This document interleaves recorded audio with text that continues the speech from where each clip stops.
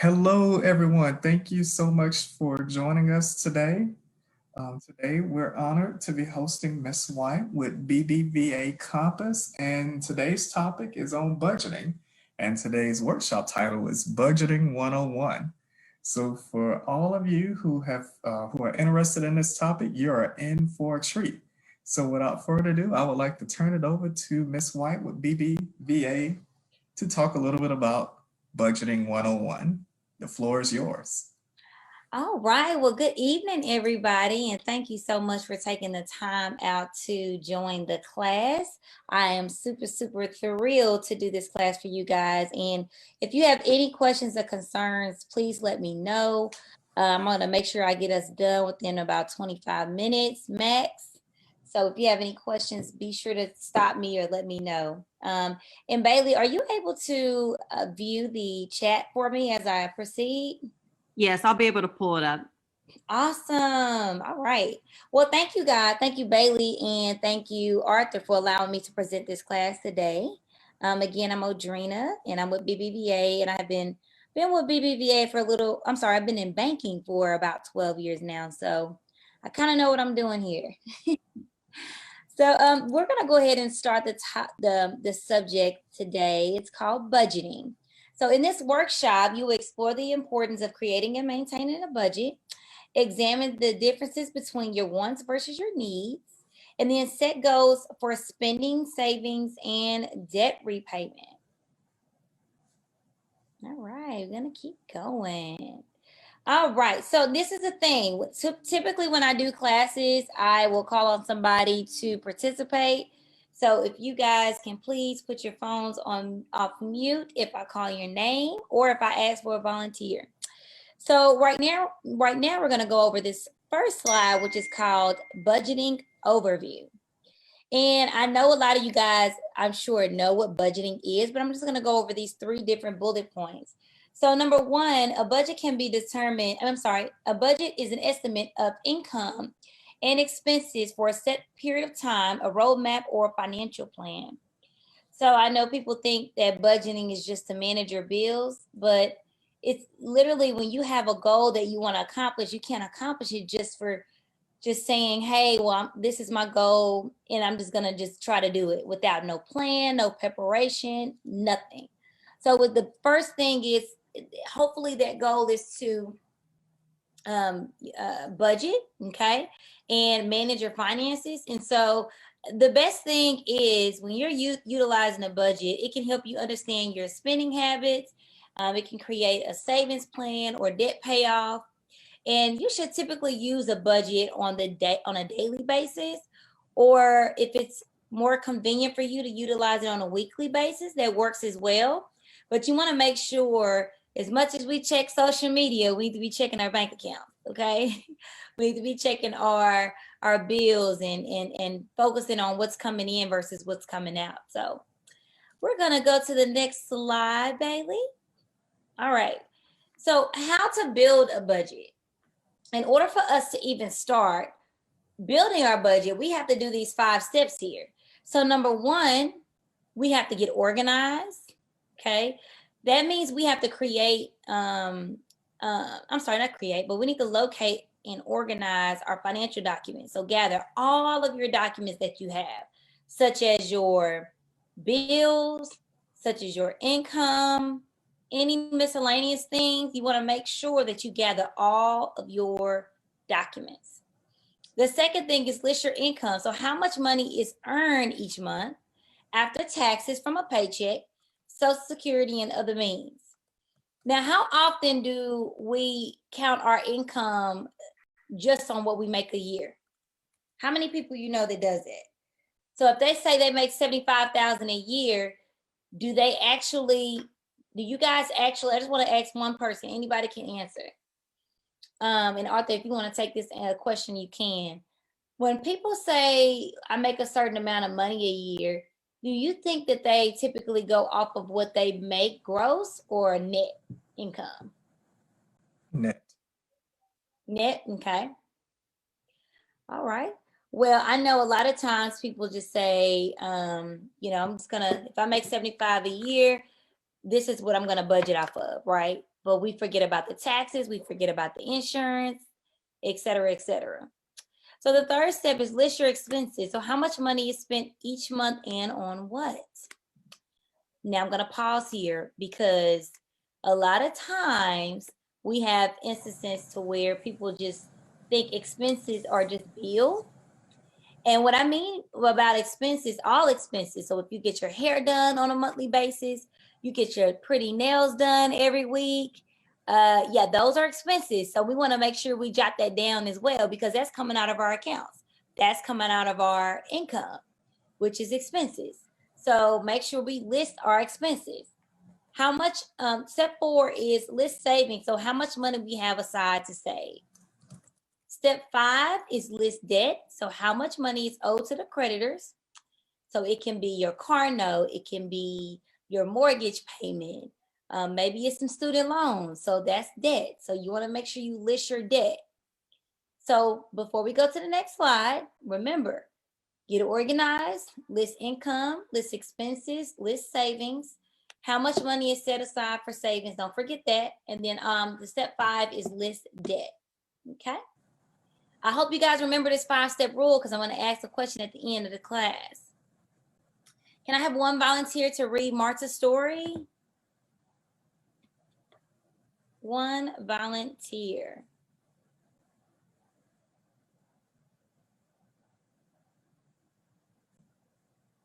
Anybody? I'll volunteer. Thank you. Who's speaking? Shawnette. How you doing, Shawnette? I am doing well. Awesome. Well, thank you for volunteering. Okay. Marta's story. Marta is a 40-year-old woman who works 2 jobs, one at a grocery store and another as a hostess at a restaurant. Marta often feels overwhelmed by her large debt. She has also paid bills late in the past. One reason is that her personal finances are not very organized. Let's see how the 5-step plan can help her better understand her options, behaviors, and solutions. Thank you. Welcome. Make sure you write her name down since she was the first one that volunteered, Arthur, if you could do that for me. Maybe I could send her something. Thank you for volunteering. So again, Marta is a 40-year-old woman, and why is she overwhelmed again? Her overwhelming debt. Exactly. Have anybody ever experienced this or know someone have experienced something similar? Yes. Okay, cool, Yes, cool, for sure. cool. So let's see how the 5-step plan can help her. So remember, we had the 5-step plan that I just went over, which is getting organized, getting her bills together, her income versus her expenses, her savings. So we're going to see how that 5-step plan is going to help Marta get her finances organized and start budgeting. Let's go to the next slide. Okay, so remember, we got to get organized. So we got to find the document. What documents do you think that we may need in order to start her budget? Her loan statements. Okay, yes, correct. Her receipts. Yep. Her bills, deposit slips. Okay, maybe not the deposit slips. We're not gonna make a deposit yet. Okay. Her bank statements. Yeah, pay that's stubs, correct. And her social Yep. benefits receipt. Yeah. Yeah. What about her pay stubs? Yeah, I said the pay stubs and then You the said? social Okay. benefits receipts. Wow, you are awesome. Hey, Arthur, I hope you're writing people's names down, okay? Got you covered. Yay, awesome. Thank you. You were absolutely correct. So thank you for participating. We're going to go to the next slide. She had all that covered. All right, so when we're looking at Marta's spending, this is how our budget should look like. So it has a monthly income versus her needs, the necessities, and then the things that she wants versus the actual debt that she have as well. So when we're looking at this, I hope you guys are pretty good at math. If not, get a calculator out. But Marta's income is $2,000 a month. When you're looking at her needs column, what are you seeing that's happening here? $2,000 a month. Right now, she's dishing out $1,220. What do you see the problem is here? So 50%. Exactly. So she's spending over 50% of her income on her needs. Over 50%. So what do you think will happen with her wants and her debt? She's not able to tackle her debt maybe as aggressively as she would like to, Exactly. That's and maybe true. not all the wants as well. Exactly. That's actually the correct answer. So right now she's only having $780 left after she pays all her all her needs, right? Her necessities. Now, when we go over to her wants, she's only going to have $570 left based off of her wants. So from her needs versus her wants, she has $570 to work with. Now her debt, we haven't even got to the debt. So her credit card and student loans equal up to $300. She's only going to have $270 left. And of course she got to save, right? So with her savings, she's only going to have $170 left. That's not even including her gas. Gas is not even on here. So how do you think we can help Marta with her current spending? Where do you think she kind of needs to sacrifice on? Or how do you where do you think she needs to make some adjustments? Her Restaurant? coffee. How often does Restaurant? she need to get clothing at $100? Okay. Restaurant? Majority of her Yes, that's wants. correct. What else? What about coffee? Mm-hmm. Yeah, she can make it at home, right? Yes, and the restaurants. That's right. Okay, let's see. What about her car insurance? You think she can do something about her car insurance? Shop around. There you go. Shop around. That's right. Arthur, make sure you pay attention to the names so I can give some stuff out to them. Gotcha. And then what about clothing? Nobody said nothing about clothing. What do you think about clothing? You think she needs to spend $100 a month at Fashion Nova? No. I'm just saying. Maybe she can be an influencer and get it for free. That part. She better know how to work it. So this is the thing. A class, let me just tell you guys a quick little story. So I had a class last week, and I kid you not, it was a class full of women, and they fought me over their clothing. They told me 50 reasons why we should not take clothing off of Marta's spending. 50 reasons. I said, you know what, you guys, y'all won, because I'm not gonna win this battle. But yeah, clothing, $100. They said, oh no, she needs to look good when she going to work. She got to look presentable, every excuse. So I say that to say, how many times we run into issues like this where we think we have to have it. We make an excuse why we need something, when in our reality, we really don't need it. It happens a lot. And so if we don't pay attention to those habits, the habits will pay attention to us, which means things can fall down, bills can get behind, money can be mismanaged. So we want to make sure that we take control over our finances by budgeting. All right. What about her student loans? Can she do something about her student loans? Yeah, she can pay the minimum balance. Or defer. Yeah, or see what programs Or they yeah, or have, defer. depending on her income. Exactly. She can do deferment, right? That works. But wouldn't So- the interest start to accumulate over a certain amount of time on her payments in the long run? It all depends. Sometimes I know Lord, it's been a long time, but when I was in college, I know I had to do deferment, and I actually didn't have any interest. I don't know if it's because Obama was in office at the time, but I didn't have any interest for like 2 years. So let's say she got lucky and she got a deferment, and there was like literally no interest for 2 years. Maybe that's something that can help her out. So when you're budgeting, go ahead. No, I was going to interject another thing too, and highlight one of our workshops coming up on Thursday, Vista's North Texas hiring event. Some employers actually offer tuition reimbursement and or educational scholarships if you work with them, that they will make direct payments on your behalf. True. That's true. Yeah, my work does that too, but I mean, I don't have any student loans, but I know that's been an issue with some friends in the past. Mm-hmm. That's a good. That's good. Thank you for adding that. I have to teach that in my other class. That actually No works. worries. Yeah, I mean, that's one of the benefits, like you said, not a lot of people ask about or know about and or take advantage of. That is so true. So if we did these things, you guys, if we right now when we're budgeting, if you notice something, you're gonna find out where you spending majority of your money at. You'll look and be able to compare where you need to most likely cut back on, right? So it's kind of like getting ourselves in check when we're doing budgeting. And it'll help us get closer to our goals. So let's say one of your goals is maybe getting your own business one day. Well, you know, you gotta save some cushion. I call it cushion, but you gotta save some money in order for us to maybe open up a business one day, or maybe you do want to pay your student loans off. We can't be able to master anything if we don't have a plan and preparation in order to get it done.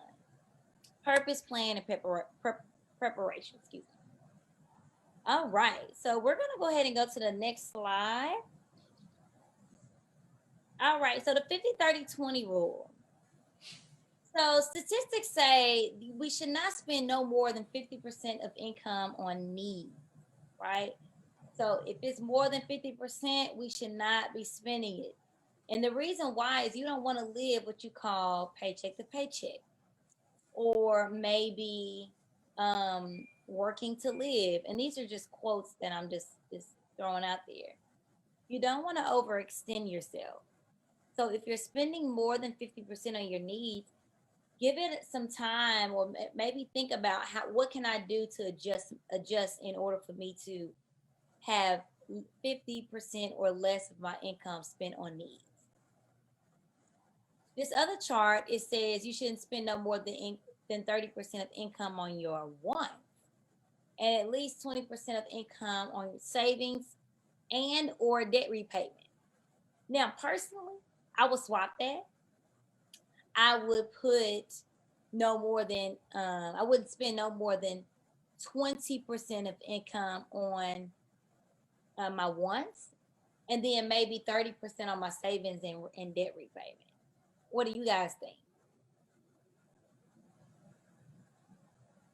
It would put you in a better financial situation. Exactly. I love it. That's actually the correct answer. It will put you in a better situation. All right, let's go to the next slide here.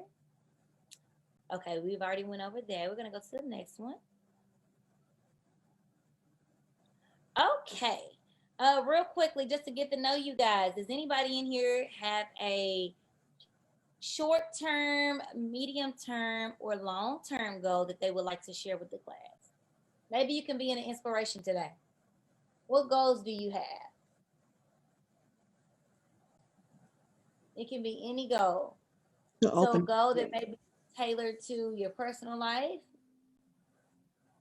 or your career. One of mine is to open up a business, like a side hustle. Okay. Love what type of business? I have a lot of ideas. Oh, awesome. So what I want you to do is make sure you write it down, write a business plan to see how you can get it to make it happen and execute it. But you definitely can do it. And consider attending our branding business workshop with the Dallas Entrepreneurship Center. I'm all signed up, Mr. Yes. Thank you.